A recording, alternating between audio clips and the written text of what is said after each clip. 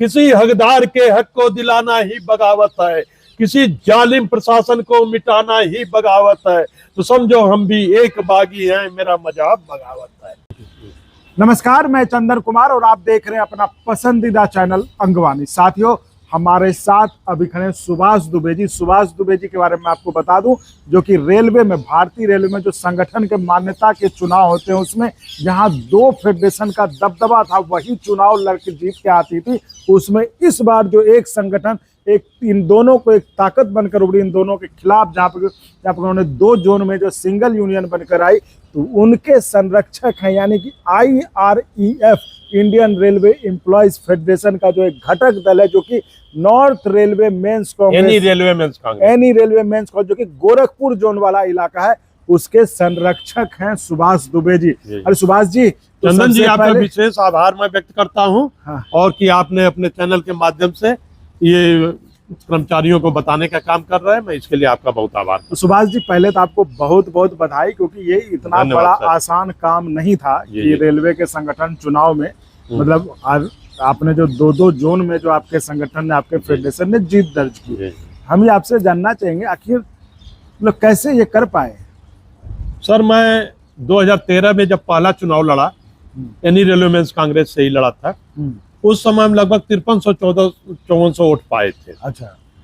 हमारा आईजेड नगर डिवीजन था, जहां से मुझे सिर्फ 50 वोट मिले थे, और बनारस से मुझे 500 कुछ वोट मिला था।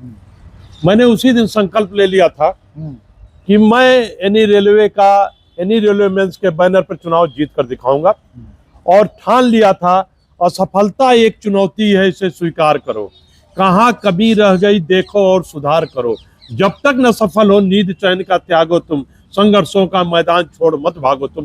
तभी से मैं लगातार हर जगह, हर क्षेत्रों में दौरा करता रहा, हर लोगों के दुख दर्द का निवारण करता रहा, और अंत में ये 2019 में चुनाव होने वाला था। इसी दोनों मान्यता प्राप्त संगठन, जो सरकार के दलाल भी कहे जा सकते हैं, उन्होंने जो है क्या बोलता, चुनाव नहीं होने दिया, और 11 साल बाद चुनाव हुआ सर। उसके बावजूद भी हम लोग लगातार लगे रहे, और रेल कर्मचारी, यानी रेलवे के कर्मचारियों के ऊपर दिलों पर राज किया मैंने सर। यही उसका फल रहा कि आज 47% वोट लेके पूरे भारतीय रेल में हम लोगों ने सबसे ज्यादा वोट से जीतने का काम किया, और दोनों मान्यता प्राप्त संगठनों को उखाड़ फेंका मेरे भाई। तो आपको 47% वोट? जी हाँ। अच्छा, लगभग 47%। तो क्या मुद्दा रहा होगा जिस पर कि आप जो है इतना मतलब जीत के आप आगे 2 जोन में? जी, मेन मुद्दा क्या रहा? जी सर, मेरा मेन मुद्दा, सबसे बड़ा मुद्दा ये था यूपीएस। अच्छा, यूपीएस? जी हाँ, हाँ। एनपीएस, ये लोग 2004 में आए, लेकिन भारतीय रेल में आज तक इन दोनों फेडरेशनों ने कोई बड़ी लड़ाई लड़ने का काम नहीं किया। दोनों फेडरेशनों ने नहीं लड़ा। और उसके बाद जब विजय बंधु के नेतृत्व में 1 अक्टूबर 2023 को हम लोग यहीं दिल्ली के रामलीला मैदान में बहुत बड़ा आंदोलन करें, लेकिन दुर्भाग्य था, भारतीय रेल के मुश्किल से 2% लोग वहां पहुंचे थे रामलीला मैदान में, लेकिन उसके बावजूद भी हमने हिम्मत नहीं हारा। और चूंकि ये दोनों फेडरेशनों ने सितंबर महीने में भी ही फूट डालो राज करो वाला फार्मूला अपनाकर। अच्छा, आप कह रहे हो कि विजय बंधु जी की जो रैली हुई थी, जो बहुत बड़ी रैली थी, उसमें रेल के आप कह रहे हो कि कम लोग, मात्र 2% लोग पहुंचे होंगे। उसका कारण था यही दोनों मान्यता प्राप्त संगठन, इन्होंने सितंबर माह में ही फूट डालो राज करो वाला फार्मूला अपनाकर, और इन्होंने जो है सितंबर माह में ही एक मीटिंग कर लिया कि हम भी, उनको लगा है कि विजय बंधु के पक्ष में ये बात न चली जाए कि क्या विजय बंधु के नेतृत्व में ओपीएस आया। अरे, जब ओपीएस की लड़ाई ये दोनों मान्यता प्राप्त संगठनों को लड़ना था, तो अगर मेरे भाई चंदन जी अगर लड़ रहे हैं तो हम भी इनके साथ ताकत बन के उभरते, तो शायद ओपीएस मिल गया होता। लेकिन विजय बंधु जी के दबाव में ये दोनों फेडरेशनों को जब माननीय प्रधानमंत्री जी ने बुलाया, तो ये लोग जाके यूपीएस नाम का एक शगुफा लेते हैं, जो एनपीएस से भी खराब था। मैं उस पूरे चुनाव में इसको साबित कर दिया कि एनपीएस से भी खराब यूपीएस है, और ओपीएस की लड़ाई एनी रेलवे मेंस कांग्रेस विजय बंधु के साथ, IREF जो है विजय बंधु के साथ लड़ेगा और ओपीएस लाने का काम करेगा। ये मेरा सफल हुआ, और मैं इस लड़ाई को लड़ूंगा। मैं अपने आपके चैनल के माध्यम से अपने कर्मचारियों को ये बता देना चाहता हूं कि हम लोग खामोश नहीं रहेंगे, जो वादा किए हैं उसको निभाएंगे। आपका कहने की है कि आपकी जीत में जो है ये ओपीएस और यूपीएस जो ये मतलब ये बहुत बड़ा आधार हाँ, था, बहुत बड़ा आधार इसी था। के आधार पर। जी तो मतलब यूपीएस नहीं आता तो आप नहीं जीतते? नहीं नहीं, ऐसा नहीं था सर। और क्या नहीं नहीं नहीं नहीं, इसको मुद्दा बनाया। हाँ। मैं ये नहीं कह रहा हूँ कि ये नहीं आता तो नहीं जीता। ओपीएस की लड़ाई मैं लड़ता, ये तो यूपीएस आया, इन लोगों ने दलाली करके ओपीएस ले आए। ये लोग बताने लगे कि जो है क्या बोला था ये, अरे गाना लगा कि ये जो यूपीएस का खिलाफत कर रहे हैं वो किसी राजनीतिक दल से प्रेरित है, जो यूपीएस से बढ़िया कुछ भी नहीं है, यूपीएस हमने लाने का काम किया। ये नहीं जानते थे कि मित्र आज की डेट में हमारा हर भारतीय और हर सरकारी कर्मचारी ओपीएस मांग रहा है, यूपीएस नहीं। ओपीएस से बढ़िया कुछ नहीं है। आज मैं भी ओपीएस में हूं, मेरा परिवार सुरक्षित है और मेरा परिवार सुखी है ओपीएस के नाते। नहीं तो हो सकता आप न्यू पेंशन स्कीम में कितना मिल रहा है, किसी को 1200, किसी को 800, किसी को 1400, यही ना मिल रहा है।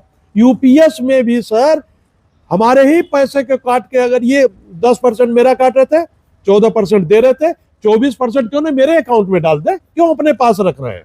24% हर महीने मेरे अकाउंट में डालते रहे, अपने पास क्यों रख रहे हैं? लास्ट में पता चलेगा मेरा जो 10% था वो भी चला गया, उसने ही इंटरेस्ट से भी पैसा नहीं दे पाएंगे ये। आप जिस बात के लिए कह रहे हैं कि यूपीएस लाया, तो आप ही कह रहे हैं ना कि भाई उनका कितना पेंशन मिल रहा है। तो एक तरह से एआरएफ का कहना है कि भाई हम यूपीएस उनके लिए लाए जिनको कि 800 पेंशन मिला था, जिनको 400, तो उनके लिए तो फायदे का है ना। जो कहना है कि अब जो यूपीएस आएगा, अगर वो यूपीएस करेंगे कम से कम उनको अच्छा खासा सर कहाँ से फायदा होगा? मेरा जो 10% कटेगा, लेकिन अभी तो मिल जाएगा। अभी 400 रुपए मिल रहा है, उसमें कैसे जीवन जिएगा? तो सर वो तो फायदे का है ना उनके लिए। वो 10% कट के जा कहाँ रहा है? वो ये थोड़ी कह रहे कि ओपीएस की लड़ाई खत्म हो, तो कह रहे ओपीएस तो नहीं सर, हम ये कह रहे हैं 20 साल में उन्होंने एक यूपीएस का झुंझुना ले आए। 20 साल तक उन्होंने लड़ा क्यों नहीं? 20 साल तक लड़ाई बोले कि लड़ तो सब, तो आप लोग साथ ही थे, सब लड़ रहे थे। कहाँ लड़ रहे थे साथ? कभी वो साथ लड़े ही नहीं। वो तो फूट डालो राज करो अंग्रेजों वाले फार्मूले पर चलते थे सर। नहीं तो 1 अक्टूबर को जो विजय बंधु ने 6 महीने पहले ऐलान कर दिया था कि ओपीएस की लड़ाई लड़ने के लिए पूरा देश, पूरा स्टेट जा रहा है, तो क्यों नहीं साथ में आ गए? यही नहीं सर, बीच में इन्होंने 2013 में क्या किया, वोटिंग कराया कि इलेक्शन कराया कि ओपीएस की लड़ाई आप लड़ोगे कि नहीं लड़ोगे, कर्मचारी बताएं। 98% वोट आने के बावजूद भी यही एनएफआईआर और एआरएफ 98% वोट के लिए इलेक्शन कराई कि आप लोग ओपीएस में अगर जाना चाहते हैं, हड़ताल पर जाना चाहते हैं, तो आप लोग वोटिंग करिए। इन्होंने 98% कर्मचारियों को बताया कि 98% कर्मचारियों ने वोट दिया। अगर वोट दिया 98% कर्मचारियों ने, तो क्यों नहीं ये हड़ताल पर गए? जाना चाहिए था इनको हड़ताल पर। यही नहीं सर, इन्होंने एक कोर कमेटी बनाई ओपीएस के नाम पर, स्टेट गवर्नमेंट के लोग और सेंट्रल गवर्नमेंट के लोग, क्योंकि 2 बड़े मुखिया थे सर, बड़े वाले थे ना, तो बड़े मुखिया थे दोनों मुखिया ने क्या किया, ठीक है, बड़े बड़े पदों पर बैठ गए कोर कमेटी के, और जब हड़ताल का डेट आया उसके 2 दिन पहले हड़ताल से वापस हो गए, कहने नहीं हमें हड़ताल पर नहीं जाना। तो आप ही लोग कर लेते हड़ताल? अरे हम लोग कैसे कर लेते सर? कोर कमेटी के अगुआ तो ये बने थे। लेकिन हाँ सर, नहीं आपने जो बताया मैं बता रहा हूँ सर, हड़ताल हुई और स्टेट गवर्नमेंट के लोग और लोगों ने किया। रेल में क्यों नहीं किया? रेल में इसलिए नहीं किया, हम लोग कहीं थे नहीं रेल में। मैं बताया ना कि 2% लोग मात्र गए थे वहां रामलीला मैदान। भाई आप जीत गए सिंगल। अरे सर आज जीते ना सर, आज जीते हैं ना। अब देखिए क्या होगा, अब ओपीएस की लड़ाई होगी, बहुत तेज गति से होगी सर। तो क्या करिएगा, क्या हो जाएगा? अरे जो आंदोलन हुआ था बीजेपी, जब हम लोग किसी के नेतृत्व में लड़ रहे सर, तो उसका क्या कदम होगा, उस कदम के साथ चलूंगा सर, पीछे मुड़ के नहीं देखूंगा कि क्या बोलता है जो है कि हम जीत गए अब अपना राज करें। ये राज करने के लिए दोनों बैठे। और सर एक चीज और जान लीजिए, दोनों संगठनों में 70% 60% से ऊपर लोग हैं जो अपना दैनिक नित्य क्रिया भी नहीं कर सकते हैं। वो हमारे पदाधिकारी हैं और हमारे नौजवानों का नेतृत्व करेंगे सर। क्या है, संभव है? तो आप भी तो रिटायर्ड हैं। जी हाँ, मैं रिटायर्ड हूँ सर। दूसरे क्यों? नहीं सर, मैं ये कहाँ कह रहा हूँ, मैं तो संरक्षक हूँ। तो संरक्षक वो भी आ जाए मार्गदर्शक में, संरक्षक बन के देखो कितनी लड़ाई लड़ते हैं। आप तो हरा तो नहीं पा रहे, दोनों मान्यता प्राप्त संगठन बन के देश की 2 बड़ी सर मैं आप इतना नहीं सर, मैं आपको फिर बताना चाहता हूँ कि मैं दोनों को हराया है। लेकिन अरे भाई आप सर पूरे देश में आपको मौका था सर, मौका था, लेकिन दुर्भाग्य ये था IREF जो बनी हम लोगों की लास्ट में बनी, और हम लोग सब जगह दौड़ नहीं पाए, देख नहीं पाए, कर नहीं पाए, इसलिए कि यही दोनों का वर्चस्व मैक्सिमम जगह जो जीते हैं सर, यही 2-3 लड़े ही हैं। इसके अलावा कोई लड़ाई नहीं था वहां पर कि जो तीसरे को लोग वोट दे, यही 2 लड़ रहे थे। तो चाहे हम जीते, चाहे तू जीते, चाहे दोनों जीते, यही तो कहानी हुई क्या।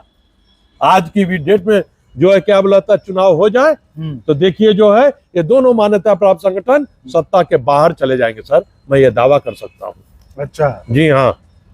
तो आपका लक्ष्य इनको बाहर करना है या OPS लाना है? OPS लाना भी है सर, और जब ये दोनों को हटा दिया जाएगा तो सरकार से दलाली बंद हो जाएगी सर, मैं आपको दावा के साथ बता सकता हूँ।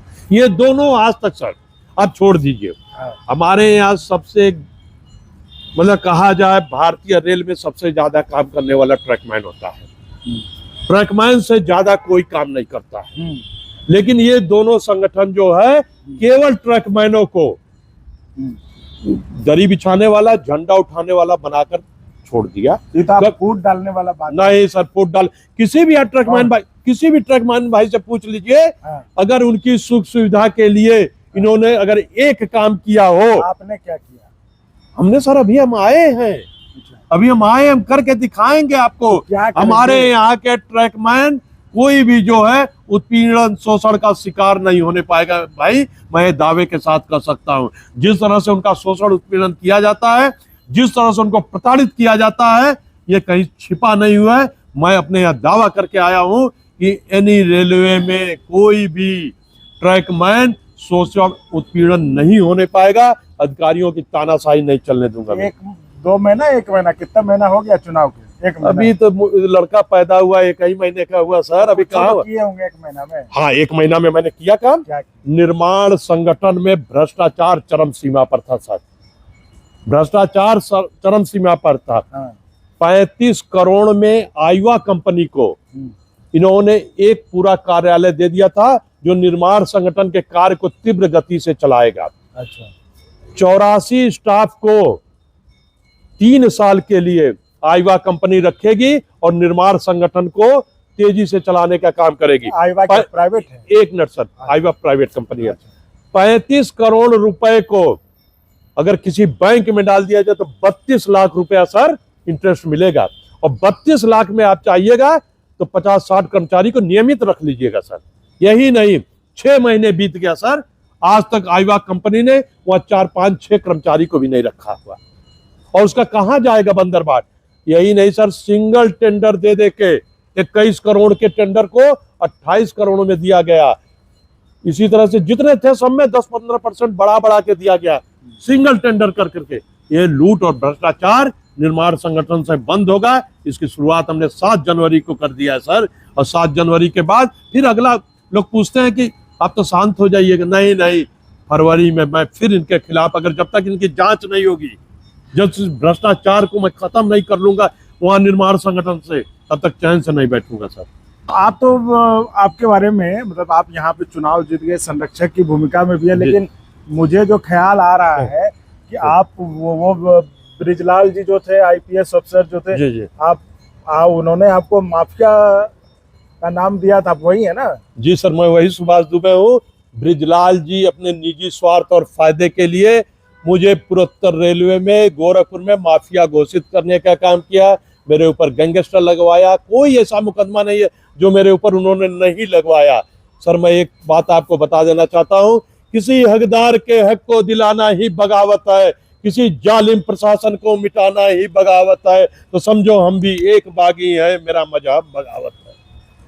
चलिए, तो यदि हमारी खास बातचीत सुभाष दुबे जी से, जो कि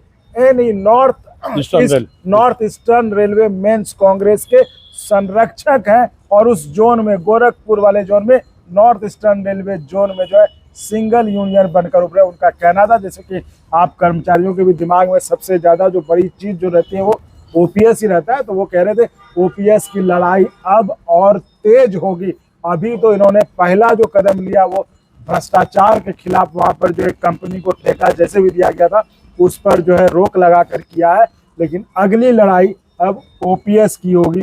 OPS और जो ट्रैकमैन है जो कि जिनकी जो हमेशा आंदोलन भी करते रहते हैं, उनकी बात नहीं सुनी जा रही है। तो वो कह रहे हैं कि ओपीएस और ट्रैकमैन ये दोनों के लिए जो निर्णायक लड़ाई ये इनका आगाज करने वाले हैं। तो खैर क्या करते हैं वो तो वक्त बताएगा, लेकिन जिस तरह से IRAF जो इनका संगठन है, जो ऊपर अम्ब्रेला छाता संगठन जो है, वो जिस तरह से रेलवे के सांगठनिक चुनाव में उभर कर आई है, उससे लोगों की उम्मीदें तो बढ़ी है। तो ये देखने वाली बात होगी कि उनकी उम्मीदों पर सुभाष दुबे जी जो कि संरक्षक हैं, कितना अपने संगठन को खड़ा उतारते हैं, ये देखने वाली बात होगी। तो फिलहाल इस वीडियो में इतना ही। आप ऐसे ही चैनल को लाइक शेयर सब्सक्राइब करते रहिए और संभव हो तो ज्वाइन भी करिएगा, जिससे हमें आपके लिए और गुणवत्तापूर्ण कंटेंट के निर्माण में मदद मिले। बहुत बहुत धन्यवाद सुभाष जी। चंदन जी, आपका भी बहुत बहुत धन्यवाद कि आपने हमें जो है अपने चैनल के माध्यम से बताने का काम किया पूरे सभी रेल कर्मचारियों को कि रेल कर्मचारी के विश्वास की कसौटी पर सुभाष दुबे सदैव खरा उतरेंगे। देखिए हमारा तो ये धर्म, हम पत्रकारिता धर्म का पालन करते हुए आज की तरह नहीं, हमेशा कि भाई आप अब चुने हुए प्रतिनिधि हैं एक तरह से कर्मचारियों के, तो हम एक प्लेटफॉर्म ऐसा बनाए जिससे कि कर्मचारियों और जो आपको जिनको आपने चुन कर भेजा है वो आपकी आवाज उठाए, एक दोनों के बीच एक संवाद हो जिसमें आपका सवाल, जो आपके सवाल है वो हम इनसे पूछे और ये आपको जवाब दें, आपको सीधे तुरंत जवाब मिले। तो इसलिए हम तो आपसे पूछते ही रहेंगे। धन्यवाद सर, मैं आपके हर सवालों का जवाब दूंगा और मैं फिर आपको पुनः और रेल कर्मचारियों के विश्वास दिलाना चाहता हूं। रेल कर्मचारियों ट्रैकमैन भाइयों के विश्वास की कसौटी पर सुभाष दुबे ने रेलवे मेंस कांग्रेस सदैव खरा उतरेंगे। बहुत बहुत धन्यवाद। धन्यवाद। और अगर आपको अच्छा लगा तो एक बार और आपको मैं कहना चाहूँगा कि आप इसको प्लीज सब्सक्राइब और शेयर करते रहें ताकि हमारा भी मनोबल और सपोर्ट बना रहे।